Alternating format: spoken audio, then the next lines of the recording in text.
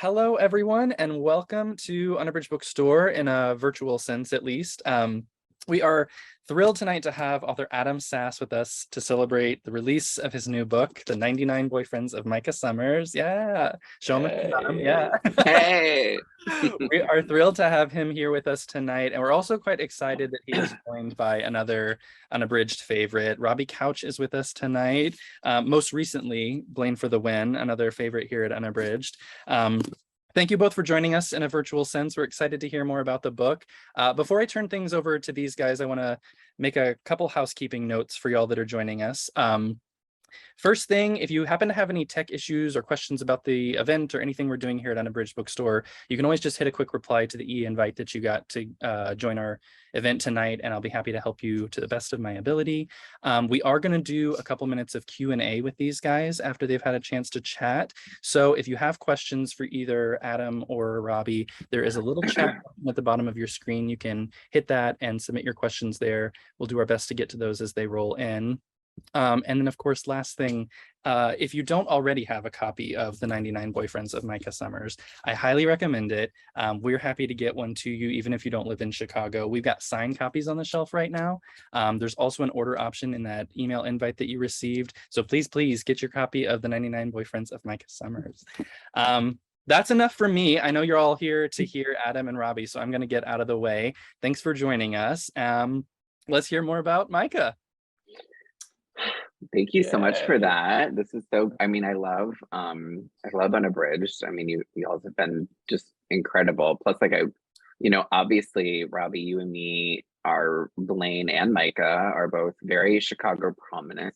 So I feel like doing a Chicago event, even though we're both in LA, I know. we are Are we hypocrites? Are we like losing our Midwest cards? I think we have because we got roots. We both have roots there, so I think that's appropriate. I think most LA people have maybe roots somewhere else, but no, I think it's super fine. The love is elsewhere. Chicago people don't have to love LA people, but we love Chicago people. Right. Yeah. Exactly. No, I definitely thought that reading Micah. I was like, ooh, the Blaine parallels are here, which was so fun. But enough about Blaine. Let's talk about Micah. About 5 seconds. And no, that's enough. Enough about Blaine. Enough about Blaine. No, but I am so excited to have you here and to be talking to you. I'm such a huge fan of The 99 Boyfriends of Micah Summers. I fell in love with this book. If you like rom-coms, if you like gay rom-coms, if you like the city of Chicago, you're gonna love this book. Yay. Yay. But I know we we're briefly talking about right before the event started that this is sort of the last official I don't know how to characterize it. Yes, it's a little tour. sort of hybrid tour. This is sort of my last official just me planned thing. I've got stuff coming in November, and then obviously some festival stuff at the end of. There's little festivals, but I feel like the ones that are just let's talk about Micah, with some beloved other authors, that sort of thing. We're sort of in the wake of that right now. So, right. Yeah, this is a great place to take a breath. Yeah. Well, that was my question is how are we, because I know from personal experience, it's pub week / pub month is so. It's so exhausting. It's so fun. It's so exhilarating. It's so all over the place. Just how are you doing? Let's have a quick, therapy breakdown. Are you hanging in there? I know it's a lot. I'm doing good. Okay. We were it's exhilarating to put any book out because again, you work in it for years. Mm-hmm.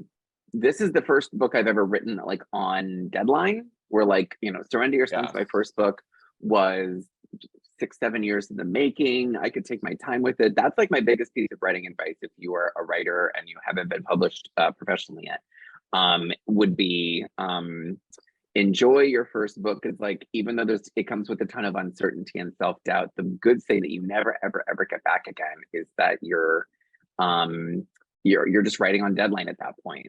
After that, this is the first time your first book is when you get to really kind of live with it. This was the first book where I was this thing has to just get written by a certain point. A lot of people, people are counting on that. And even with me going and writing this book while Surrender Your Sons was coming out, it still took 2 years for it to come out. So it's just that it lives with you for so long. So it's exhilarating to just finally have it out there. people responding to, it's like interesting to see what people respond to, what you thought they would, I like that, like, I called it a little bit for what everybody seems to be responding to. The character of Elliot. People see, I was like, okay, well, Elliot's going to be everybody's little fave. And then that turned out to be the thing that people messaged me the most about.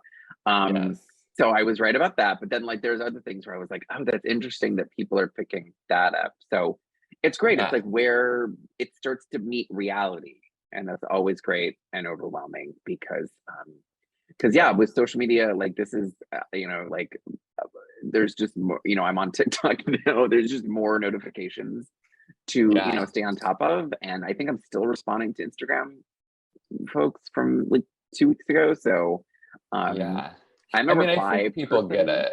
Yeah, I try to be too. Right. I think people get it though during like pub week and pub month. Yeah, it's just it can be so overwhelming. So yeah, I feel like I'm still responding to like Sky Blue's inquiries. Not that sounds like a humble guy. Like I'm still responding to the Sky Blues, but no, there's just a lot there. So yeah, I feel like we were texting about this like in the heat of it, and I feel like you said this like where it was like Joe Biden could have like personally messaged and been like, I want to thank you for your efforts with getting Micah Summers out there. And I would been like 3 weeks later been like, oh my Joe, like I'm sorry, like we did it, Joe. Wild week. Yeah, we did it, Joe. Yeah. Oh my God, yeah. It's like the White House is trying to contact you. That's the fear. For real. Like, because it's all, everybody goes in a pot and then you don't know. And it's if you have notification anxiety, it's a nightmare, but it's great because it's like you feel like a celebrity. If you're someone at home who DM'd Adam 2 weeks ago and you haven't heard a reply, this is explaining why you haven't, but you'll get to it eventually at some point between now and 2025 maybe. I don't want to give you a deadline, but I would say more deadlines. No, I think that's the thing. Like if you really really love a book and it really meant something to you, I would say DM that author 2 or 3 months after the book is out, because that's when, like, not to be like you won't get a word beforehand, but like that's when, like, like things are like kind of back to normal. And I feel like that's when it would really be like still reaching people. Like I feel like that's kind of the moment where it would be like super super nice. So like the quick like heart like reply versus like a paragraph from me being like, oh my God, thank you so much. No, that's completely true. But again, it's so wild to be able to like put out, be part of the big group of folks putting out queer stories, and people are paying money for that. It's wild. It's weird. It's wonderful. I know. It's weird. It's weird and wonderful. Random. It's so I'm going to start out by asking you the question that I despise the most. So I'm sorry if you also despise it. But can you because I'm sure there's people here, many of them who have either read the book or know a lot about the book, but I'm sure there's lots who haven't read the book and only have a very vague understanding of what it's about. So would you kind of give a quick summary of what the book is about? I'm gonna cold query the chat. It's gonna be great. Yes. So so the 99 Boyfriends of Micah Summers it's about Micah Summers, who has these 99 boyfriends are not real. That's the spoiler. He's not dating 99 people in the middle of that. It's not 27 dresses where like the number like is exactly what happens in the movie. But so basically it's about when you were gay and you were out, but you haven't had that first love yet. You haven't even asked anybody out yet. There's that sort of quiet time after you are out, where you haven't asked anyone out yet. You haven't gone on the date yet. You've gone through all of the paperwork of being gay, but you haven't really done the thing that you're like really wanting to do yet, which is dateable. Hired yet. You're being onboarded, and it's just very dry and orientation-y. So, and it's just, and so when you have that, like you have a lot of these relationships build up in your head, like you have crushes and you're just so frightened, whether through like closety frightened or, nervous around a cute guy frightened, or just in general, what if he says no frightened, like a mix of all of those. It takes a while before you get to that first asking out, at least for me it was. So I pulled a lot from like real life, and I think that's it can be pretty universal, where you are just building all of these sort of parasocial relationships in your head, and because that's safe, because it's kind of taking you and keeping you comfortable through these times where you're very alone. And if you want to date, and you haven't done that moment yet, you know, you have a lot of crushes. So that's kind of Micah's thing, is that he's got 99 of these, and he's an artist. So what he does is he sketches each of these crushes. He's very big into fairy tales and fantasy stuff. And so he makes these sort of fantastical illustration versions of the guys. So it kind of anonymizes the guys, so they don't really know that. So he runs this Instagram account. He puts the crush up, and then he basically writes a little caption about, oh, here's what we did, here was our relationship together. And then that sort of is sort of a purging of that crush from his life. Every time he does that, it's sort of his way of just sort of setting that crush free. But after 99 of these, he's ready to make it real. He's ready to at least go for it. He's ready to at least ask somebody out. So he's made a promise to himself that whoever the 100th boy is, whoever boy 100 is, he is going to ask them out, whether he gets shot down, no matter what, whatever happens, he's going to at least ask and put himself out there. So he finds boy 100. They have a wonderful vibe on a train. They're in Chicago. They're on the L train. Sparks are flying. It's like amazing, because it's that first time where, like, you know, like when you've been like wanting to ask somebody out, and there's just it's pretty one-sided. You're like pretty infatuated, and that person's pretty neutral, and you're not really getting that back and forth, but you're like, I'm not going to worry about that, but like clearly it's just not working. But then after a million of those, you have one that is very like, he's giving clear signals. It's not mixed signals. Everything's very clear and easy, and you're like, this is just suddenly working. So that's what Micah has with boy 100 on this train, and they're about to ask each other out, but then through a series of unfortunate events, they are separated on the train, and the doors shut between them, and the train pulls away from the station, and boy 100 is out of his life, and they don't know each other's names or how to find each other. So what happens next, if it sounds a little like Cinderella, that's because it is. It's Cinderella from the prince's point of view. And basically Micah is the prince role, where he is like, I don't know who this person is, but I'm fascinated and I have to find them. And the guy left behind a hand embroidered jacket, because he's a fashionista, and he embroidered this big pumpkin on the back of it. So all the Cinderella imagery is there. So what happens throughout the rest of the book is he enlists his best friends to go on a search through the city of Chicago to piece together the clues to find where this mystery boy went. And across the way, he is going to have to confront various hard truths about what happens when you take something that lives very powerfully in your head, and then it meets reality. Because that's the thing, is that with all of this, it's just like Cinderella and all of this fate separating them, it builds up the fantasy even more. So there's even more of a risk as he goes along, as he's about to like find the guy for real. What is he really like beyond this initial flirting thing? And I think that's something that a lot of people, you know, queer or straight, can really relate to, which is like where it becomes the thing with real dimension, and it's a real person who can be really annoying at sometimes, and maybe isn't thinking the way you thought they were going to think, and they zig and you zag, and then there's just a lot of like contouring of yourself to that situation you have to do. So it is very first love, but it's sort of like a warts and all first love kind of book, Right. where we really like go under like, here's like the great, and here's the like, oh my God, I've been socially conditioned by fairy tales and my big gay fantasy brain for decades to not accept this uncomfortable information about this guy. Right. Well, you mentioned, well, first of all, I'm so obsessed with Micah. He's truly like one of my favorite YA characters that I've read. Like, I feel like in chapter 1, you immediately just like, you're in his mind, you know how he ticks. He's hilarious. Like he was just cracking me up. And I felt like I really saw this like very fully fleshed out character right away. And I understood him so quickly, which is what drew me into the story so quick. Was he inspired by, I know you just mentioned like there's parts of you in him. Was there a specific person, whether that was you or someone else, or was it kind of a culmination of lots of different inspirations, or did you kind of start from scratch with Micah? Because I was just very impressed with how like fully formed he was. And yeah, how did he come to be? Well, first of all, thank you. I'm very, very flattered to hear that. That's because I tend to think of all of my main characters so far as versions of me, but like multiverse versions of me. Like, you know, Connor Major from Surrender Your Sons is sort of me.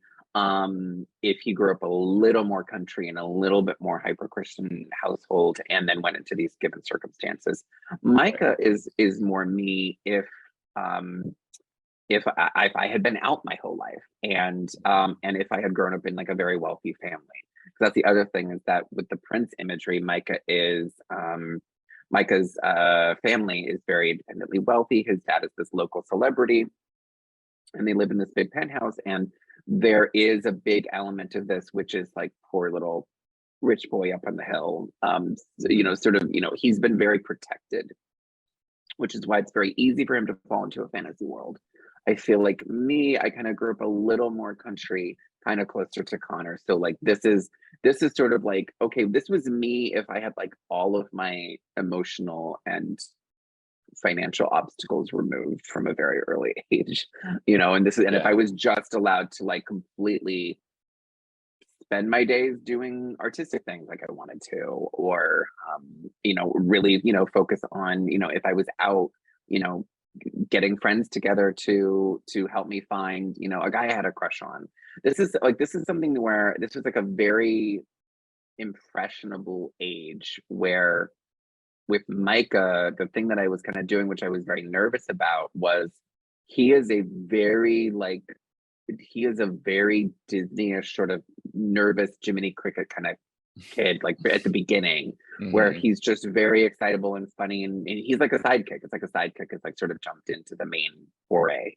And I knew that by the end of this story, I was going to have to take him to a very, very real place where basically the arc of Micah is kind of like when a gay best friend, like, can a gay best friend take the lead in a rom-com, and what are the responsibilities of that? Because when it becomes very clear that Micah has not just one person very interested in him, but several, and he gets himself into a love triangle, and that there is the potential that he could break someone's heart. And Micah, from the beginning of the book, has seen himself this very certain one way, where he is like, I am the dateless gay. I am the sidekick to my best friend Hannah. I help her out with her relationships. And I think a lot of us had that growing up, and I don't think there's anything wrong with that. But I feel like that's something where I think for me growing up, what I pulled a lot from was that sort of agency-less place, that sort of like, I'm a helper, I'm a pleaser, I'm going to help other people to distract from how lonely I am and from how much I want that is just very impossible for me to get. So from that point, he has to like understand, oh, I could hurt somebody's feelings too. So I think he never sees himself as someone who could hurt anybody, because he's the one who's always hurt. So that's something that's the responsibility he has to take on. That's like kind of the realness of this book, is that it's like when you open yourself up to love somebody, you open yourself up to the possibility that you could hurt them just as powerfully. And I think that's a responsibility that he doesn't seem ready for right away, because he's been this sort of sidekicky best friend, fantasy-headed kind of gay baby for so long. And I think that's a leap a lot of us have to take in this community, you know, not just like when you settle into a relationship, but just the responsibility of when you're dating somebody, you know, you're leading that situation. You are in charge of how that person is treated, you know, for good or for bad. And that can be a lot of responsibility. Yeah.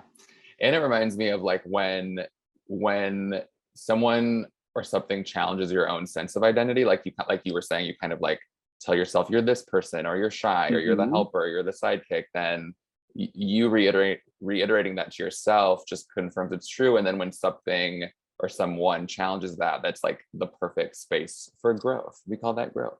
It's And you very kind of see gross. that with Micah's trajectory too. Yeah. Yeah. That's Um, something where like I pulled from this one, which was for the longest time. I've been on Twitter for like the longest time. Just kind of, like, and if you follow me there, like, I run my mouth. I used to run my mouth way more um did before you? I Did was I know you published. in the? Did I know I you in don't those I don't think you days? knew me in the before. Maybe you did. Oh, in the before Maybe I was times. retweeted onto your timeline and we were like one of these, you're like, who is this? Who is This this take. controversial What gay? what a take, probably. But that was something where, and I had to have a friend kind of tell me this after Surrender Your Sons came out, because I was still sort of being like, here's what I think about this movie or book or show or idea or community concept. Yeah.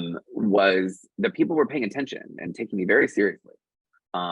Because people who were liking the book or, liked my publishing journey, narrative that I was being very frank about online, where I was like, here's the pitfalls that I went through, and people were responding with, because they're in the query trenches too. They're trying to make it happen, and people were, when you put a book out there, people, I had to go through that journey myself, because I for a while there, I was like, but I'm just like, who's taking me seriously? Who's actually like, people know that's Right. just my opinion. And I had a friend who just kind of be like, well, someone is out there. If you say this movie is bad, that person will just fully not see that movie because you said that.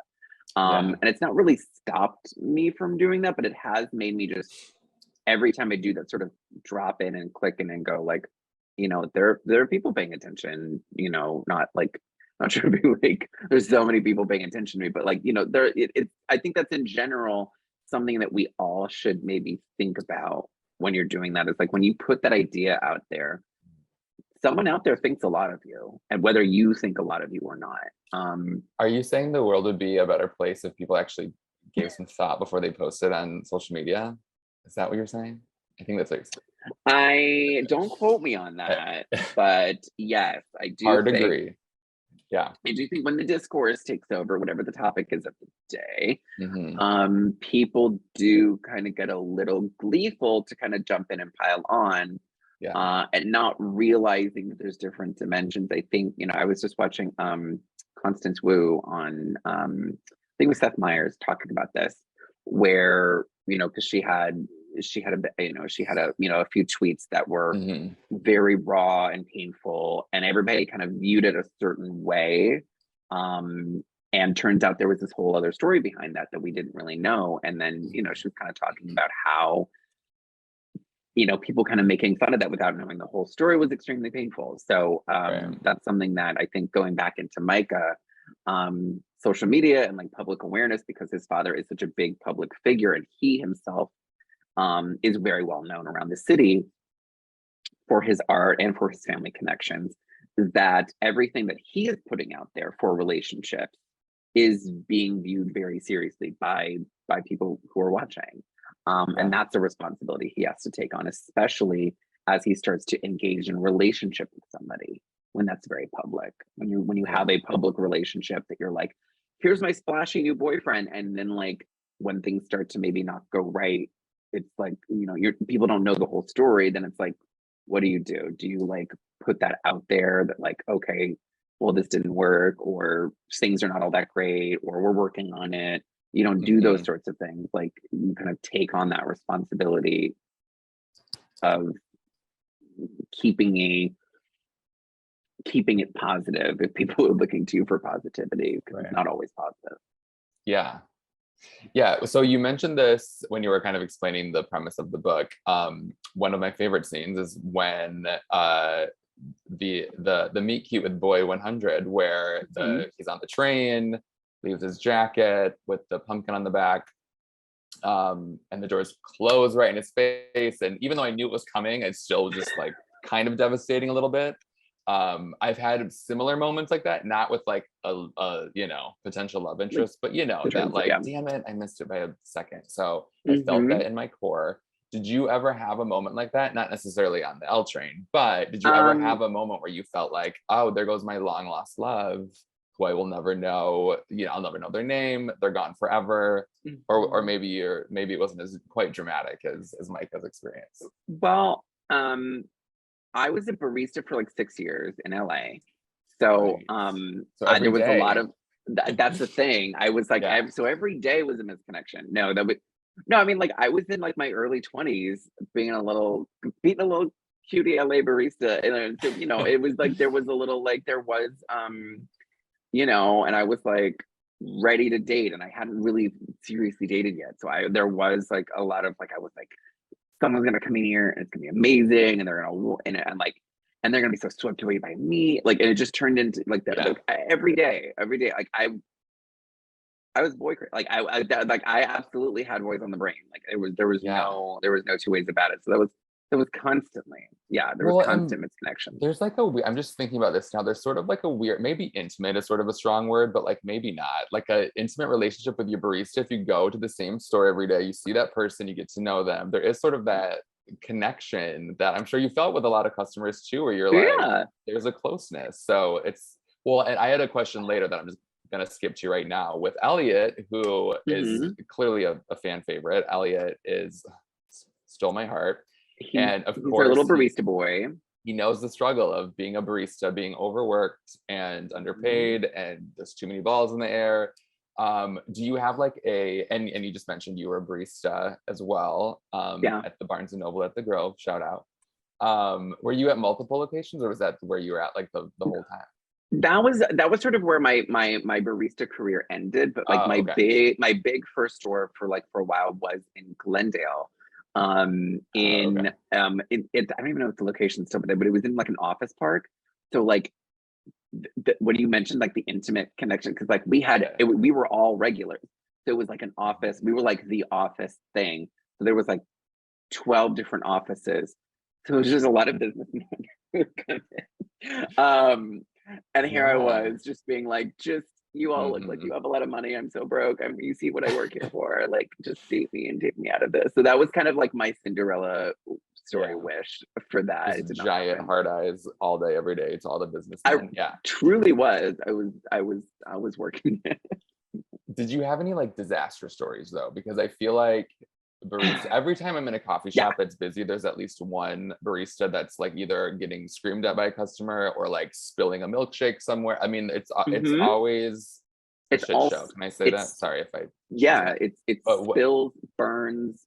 Oh God, yeah. It's everything's hot, like hot water. Right. The ovens are burnt. Like I just did an event for Micah at the Barnes & Noble at the Grove. And it was at the cafe, and I was like showing the manager. I was like, I still have like faint ovens. Oh my God! From 12 years ago. It was for real. And and the response then, I just feel like these stories are only going to get more dated. But like the response then was a little like, they did everything great, but it was a little like, don't touch the oven that's hot. Like it was not a lot of like, oh, we need to like come up with new protocol. Like it was just like, burns will happen. You're just throwing your hands in the oven at all times. So like it was more horror stories than it was meet cutes. Because that was what I thought it was going to be. I thought it was going to be like, oh, I'm going to have all these little businessmen boyfriends. And it just turned out to be a lot of mopping and a lot of spilling and a lot of like people just yelling and not making any sense when they yelled. Just people taking their day out on you. And I know everybody who's ever done a minimum wage service job like knows it's just everybody's just like, well, I can't yell at my boss and I can't yell at my family, so I'm just gonna yell at you.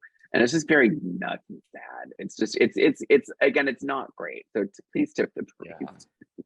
Oh my God. Well, I want to make sure we have some time for some Q&As, but I was going to ask you one last question, if that's cool, and then we can jump over to Q&As.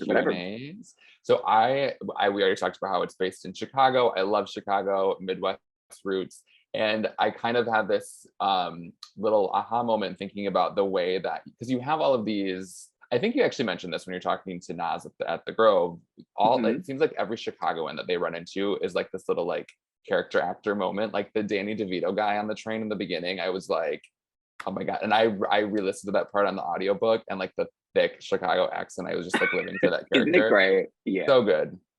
You should just listen to the audiobook, people, just to hear that one like scene, because it's so good. But the audiobook for this is so good. Max Myers, who does the narration, it's so it's good. just like wonderful.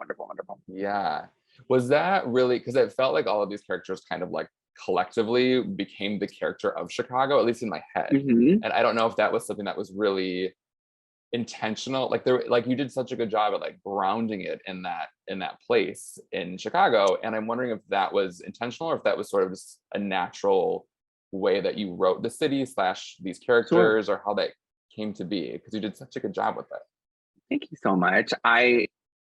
It was very intentional because I knew what I wanted to do for this was create the sense of Chicago as a very idealized world building place that was still reality, that was still Chicago, the reality, but was heightened, because I wanted this to be what I started it out as. Was I wanted to do Amelie. I wanted to do for Chicago what Amelie did for Paris. So like if you've seen Amelie, you know it's Paris, but it's like everything is brighter and things are just more possible and everyone has love on the brain. And if you go to like real Paris, it's great, but like it's not what you see in Amelie. Not all that. So Yeah. that's it, right? So I kind of wanted the Chicago to be that, where it's like everything is what Chicago felt like to me when I was that age, because like I grew up in a little farm town about like 3 hours outside of Chicago. And so we would go, my family would take me there on like certain occasions, like once or twice a year. And every time we went, it just like everything, it was like my first time seeing culture. We didn't really, this was like the first time sort of like seeing something that was like, there was like, we would go to Second City comedy shows. Like I was way into comedy. So they took me there. Like my parents really like probably on purpose brought me there to make sure I was getting exposed to more stuff than like the chicken farm across the street. Right. And so they, they brought me to all these places. They brought me to all these little breakfast places, and and where there was like, stuff like Audrey's Cafe that's in the book. It's fake, but I wanted it to be this like sort of like perfect coffee shop that like never existed but always will be, where it's just, there's always a roaring fire no matter what time of year, and all the warm lights, these little warm cabaret lights, and that there was such a vibe. And I really wanted both, and I said to the cover designer too that I really wanted this to look like a lo-fi album cover. Like I just wanted it to have lo-fi vibes, like just those little YouTube channels you study to, like just something where just everything felt like nighttime vibey, like that. So these characters who were in Chicago, I really, because like some of my favorite rom-coms like had these big casts with these like one-off character actors who just killed it in one scene. And like when you think of Ferris Bueller, or you think of it's not, Ferris Bueller's not really a rom-com, it's like sort of a Chicago comedy. But like if you think of When Harry Met Sally, or if you think of Ferris Bueller or a John Hughes movie, you sometimes will think of these characters who left such an impression, but then you look at the movie and they're in 2 minutes of the movie. Like they're very quick.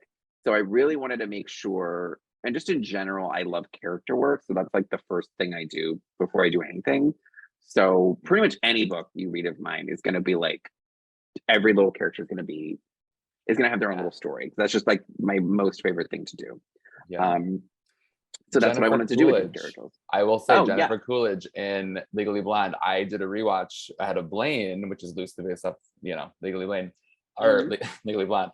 And in my head, I was that it should have been Legally Blonde. I know. Well, it was for a while. There's another story I'll tell you after the call about that too. But got it. Yeah, and I was doing a rewatch of it, thinking like she must have been in every other scene. She had like 5 lines in the movie, but she had such a huge impact on the story, and then she's been memeified and stuff. So I think it's a good example of how those sorts of characters can really stand out and stick with in that case the viewer or the reader or whatever. Rom-coms there's so many of them on those supporting for casts. sure. Okay, cool. I think we are ready to jump to some Q&As. Yes.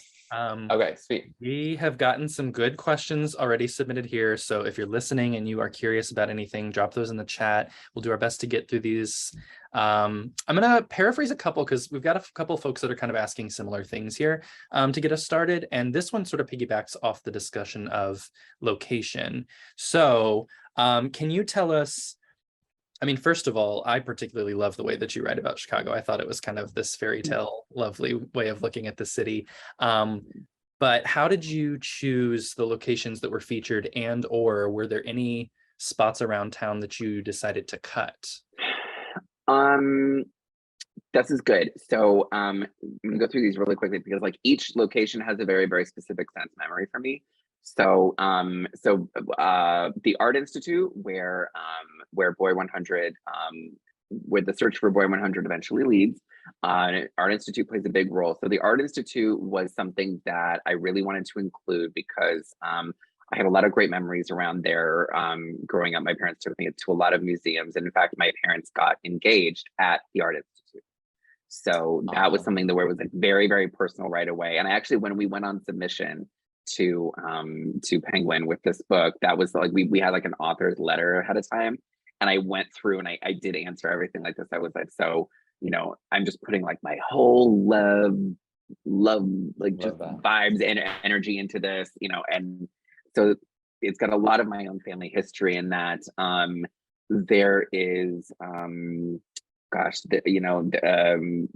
the pizzeria, because I wanted to talk about Chicago pizza in that because I had a more grandstandy moment of Chicago pizza in that, but then like my editor was like, well, we gotta wrap it up.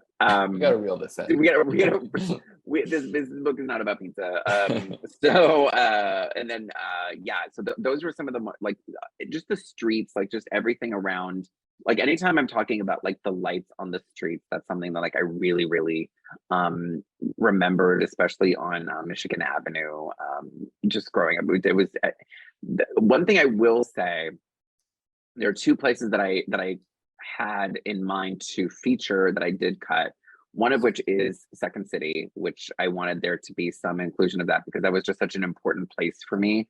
So originally there's a character, so the character of Hannah, the best friend, she is dating a mystery man because she's trying to keep sort of relationships a little bit more private than Micah, who was kind of trumpeting every little heartbeat that his relationship is having to the friend circle.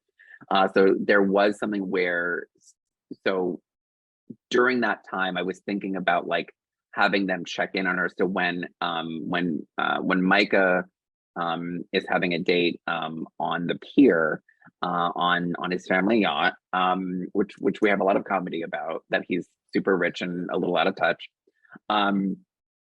That was going to be something where she was having a date across town near the Second City. So that was going to be something that we were going to intersect with. But then it was just going to too many different locations. And then the other big thing that I was sorry about, this is a summer book. I really, really, around winter holidays times, like that's like my favorite time ever to be in Chicago. I know it's like super freezing and cold, but I don't care. It's just really, really pretty. And so there was an epilogue that I cut, that I actually wrote a whole epilogue that I might release at some point. I'm not really sure. I'd have to like clear it with like a million people, but there was an epilogue that takes place at the holidays times. And because like all of my books are summer books that epilogue in the holiday. That's like kind of the thing I end up doing. But it just shows the passages of time. But that was a thing that I really, really wished I could have done. We ended up doing an epilogue with illustrations, which I really thought was like so unique, and I really loved. Anne Pommel did these amazing illustrations. She did the cover art, and she did all of the illustrations that are found throughout the book that so are Micah's, just amazing. She did these wonderful drawings that were Micah's drawings that eventually start to tell the story of where his relationships go from here. And the epilogue is told entirely through these Instagram posts. So I think that ended up being the stronger, more memorable one, but there's like an alt ending where like nothing really happens. Like it's just like characters being cozy. It's just coffee shop. I would have loved to see Micah like wandering through Crystal Kindle Market or something like that. That would have been cute, but I get it. Exactly. That's sort of the thing that so again, keep your eyes open. I might release that scene because it's very, once everybody kind of knows the ending, like who he ends up with, and you know, it's a good like check-in with all the characters. Yeah, I'm hoping that we can have that as like a holiday edition. I don't know. Something. Oh, I would cute. love. That would I be know. Let's cute. see. Okay, next question. I'm going to open this up for both of you. This is going hard on the writing advice. So, any advice to deal with the crushing anxiety of people reading what you wrote? Just finished a draft and I sent it to a friend to read, and I feel like I sent my children to play in traffic because, oh my God, what if I'm terrible and the whole thing is dumpster fire? Like, just easier. Or are you both so amazing you don't fret because you know your books are awesome? Robbie, why don't you take that first? Okay, I'll take it first. This is a great question, although it's a hard question because it's something that, you know, I still struggle with. I will say it's gotten easier for me. I've had 2 books come out, so I'm definitely not, you know, a veteran per se. But I would say even the difference between Blaine for the Win, my second book, and The Sky Blues, which came out last year, there was I was so on pins and needles for The Sky. I was so terrified of just being like buried under a tsunami of terrible reviews and commenters saying how terrible the book was. And then it gets better because I think when you have some experience under your belt and you're able to, you just kind of have lived through it, and you know there's going to be negative comments, there's going to be criticisms of it, and that goes for the best books out there. 100%. They'll just come, and they will tag you, right. and then you will beg they them will not to tag you, and they will right. be like, I pretend not to see that. Exactly, which is something I don't. If anyone's done that in this event, please don't tag the authors for negative reviews. You might not think about it ahead of time, but it's not. We don't need to see it. We know they exist. We know negative stuff. But anyways, so yeah, in terms of the specific advice, though, I would just. I don't know. This is because the best thing for it is just having experience under your belt and having it get out there and knowing you're going to live another day. I don't know. Do you have any better advice, Adam? No, my advice is, this is the business. Like it's kind of like, it's horrible. I am right now in this moment while we're talking so enjoyably, like stomach nervous because I just sent something out to someone, and it's just like, and it's not even someone making like a decision on the book, or like, it's just, do you like it? Like it never goes away. Like it will get less into, because here's the thing. My advice is, have multiple books in play. If you're doing things where you have like a finished book and you're showing someone the book, start writing the next one. Especially like if you're querying, like if you start querying a book and you're ready for, and you're going to start getting rejection, which just happens. There's like maybe one person ever who that happened to, where there was just an instant bidding, like just buckle up. So you're gonna get that, and so the best thing for that is to just pretend you never wrote that book and go to another book, because that will take the air out of this one being the only thing I've ever written, and like it's just the only thing that's gonna take your mind off this book is another thing. And something that I kind of like talk about a lot is when I say get used to it, I don't mean like you better toughen up. Like it's bad. It's just bad. So it's just like there's no getting. It's like getting used to the news. It's just like it's just all bad. So it's really kind of more about like you're getting into a very hot bath. Start acclimating to the temperature, because this is your life now. If you want this to be your gig. So what I say is like, don't rush through these steps, because sharing your work with someone for the first time is that first step. Having a critique partner is that first step, and you need to take those hits and feel how that feels and get used to that, because then your next one is querying agents, and that's gonna be the same emotion, more intense. Then you need to feel that and get used to that and know you can take that hit, because once an agent signs you, then you go on submission to editors, and that hits harder. And then you go through that, and then you get that into your body. And then once a publisher decides to buy your book, then you go out into the world where everyone is very harsh. So again, like the things with like your friends, your critique partners want this to be great. Your agents, potential agents reading this want this to be great. Your editors, they want to love you. Putting it out there into the gen pop, like they don't necessarily want to love you. I think, you know, everybody who puts out a book or a movie finds out is that, oh, maybe people don't respond to it the way you thought they were going to. Or it's like super great, like you don't know. So each step prepares you to take the hit of the next step.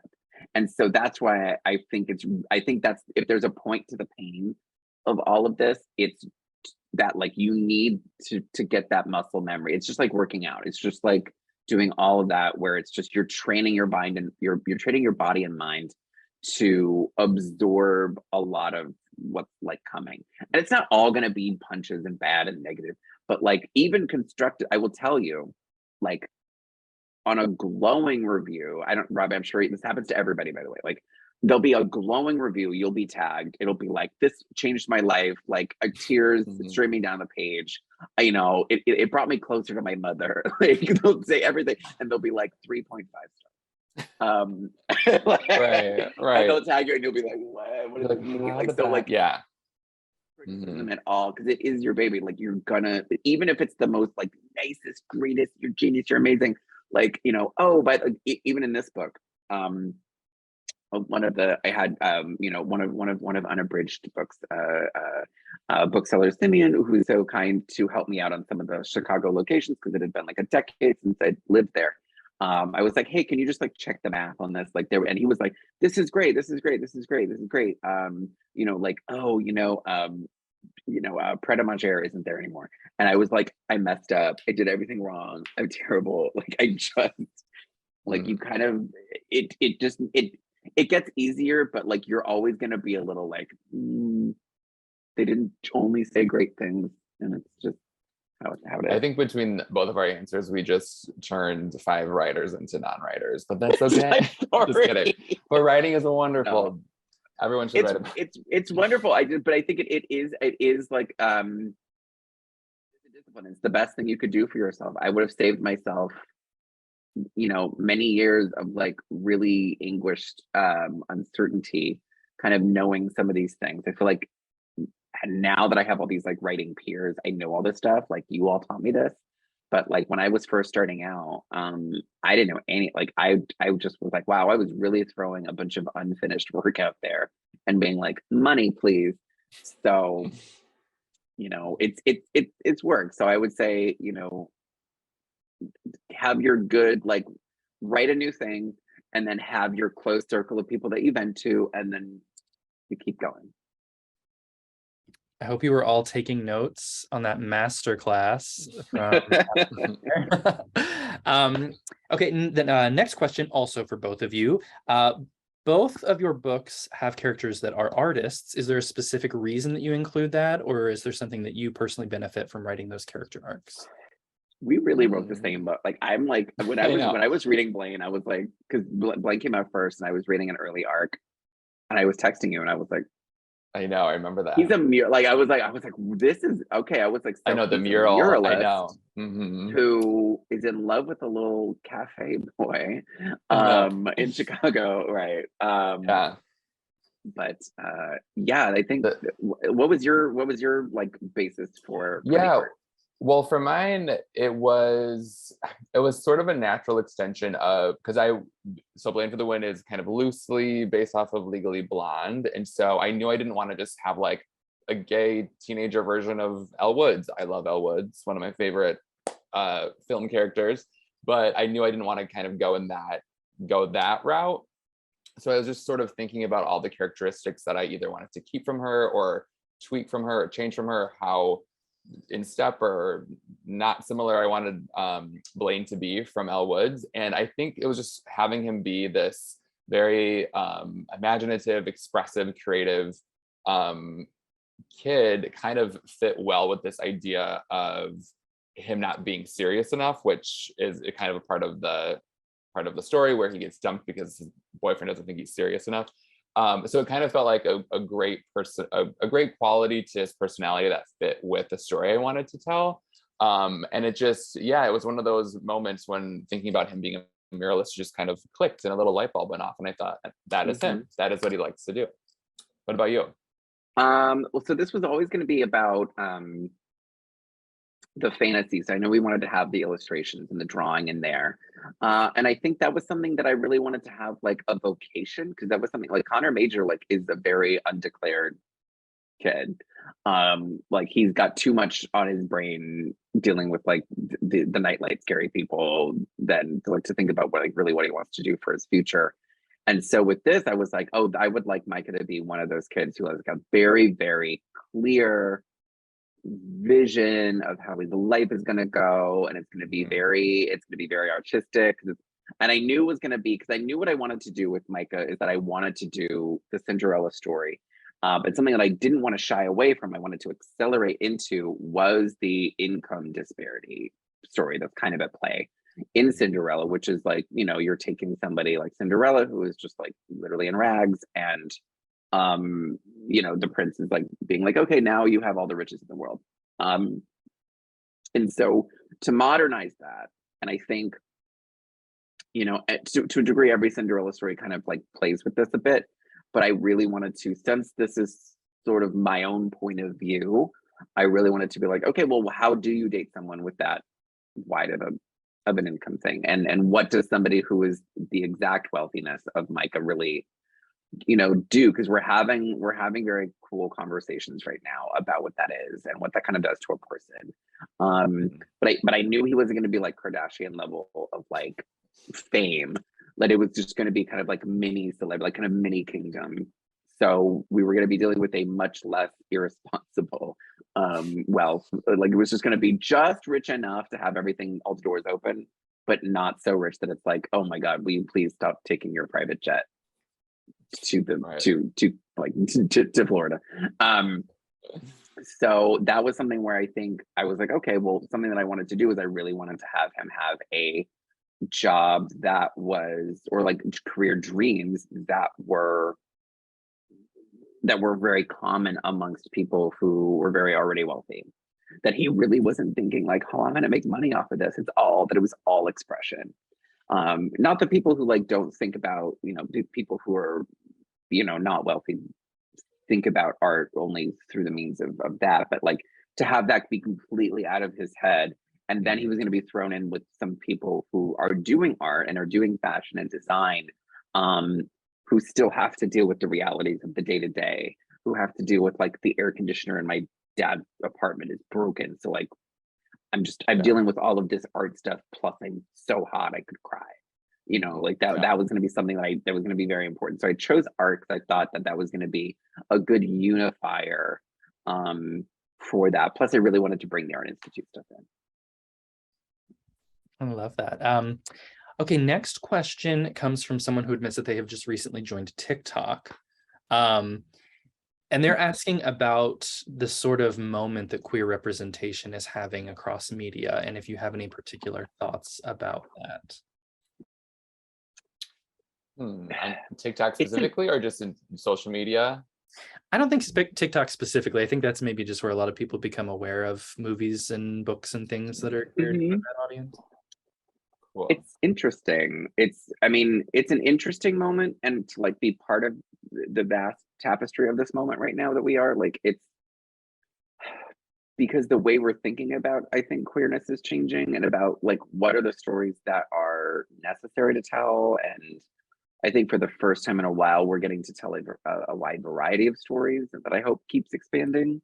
So I think we are breaking out of it has to be just about pain, or it has to be just about coming out, or something like that. Like these are, you know, Blaine and Micah are dealing with situations that are not really coming out based. They're based around identity. They're based around income. They're based around like, you know, sort of more generalized, you know, sort of things that are sort of free of the coming out story.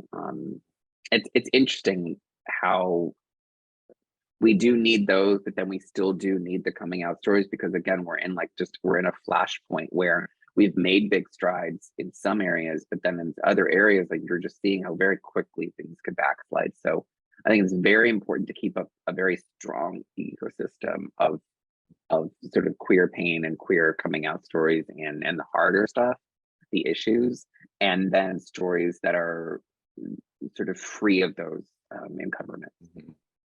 Yeah, I'll quickly add too. I think it's such an interesting moment that we're in because we're seeing from like a cultural standpoint, especially like culturally, generationally, we're in like Gen Z and younger kids are in such a different position, I think, than their grandparents are running Washington, where we're seeing all of these setbacks.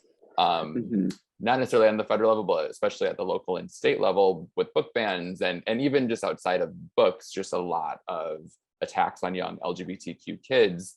And at the same time, younger generations are more inclusive and accepting as ever before. And so I think we're kind of in this weird tug of war between those two forces. And to kind of underscore your point, Adam, I think it makes it all the more important that these stories are still being told, more of them are being told, and representative of the full rainbow, of course, especially for underrepresented groups within the queer communities. So yeah, keep writing those stories.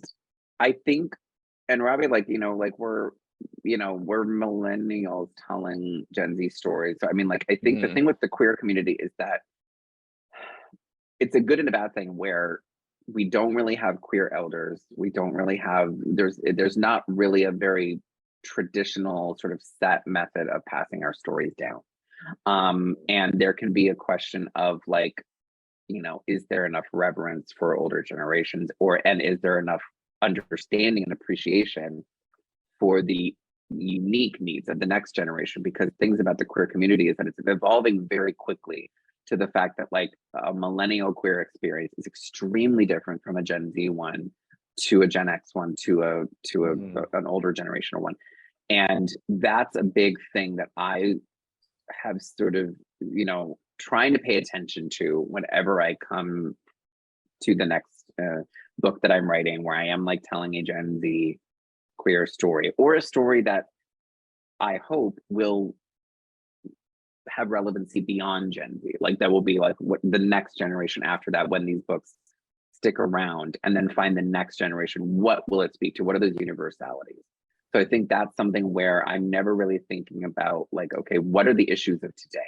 What are the, when I approach Surrender Your Sons, which is about homophobia, versus Micah, which is the absence of homophobia, what are the core things about queerness that are really never really going to go away, that are sort of more universal, that can be tied between the generations? And I think for me, that's why my themes kind of come down to queer loneliness a lot, like the isolation of that. Even if there's no homophobia in Micah, there's a drop of homophobia, but just through sheer numbers, Micah has to start dating later, because even though he came out in middle school, his best friend, who is straight, started dating in middle school, and he did not, because again, there was not a lot of people who were out. He sort of lacked a lot of the language that way, like a lot of other queer people he starts dating later.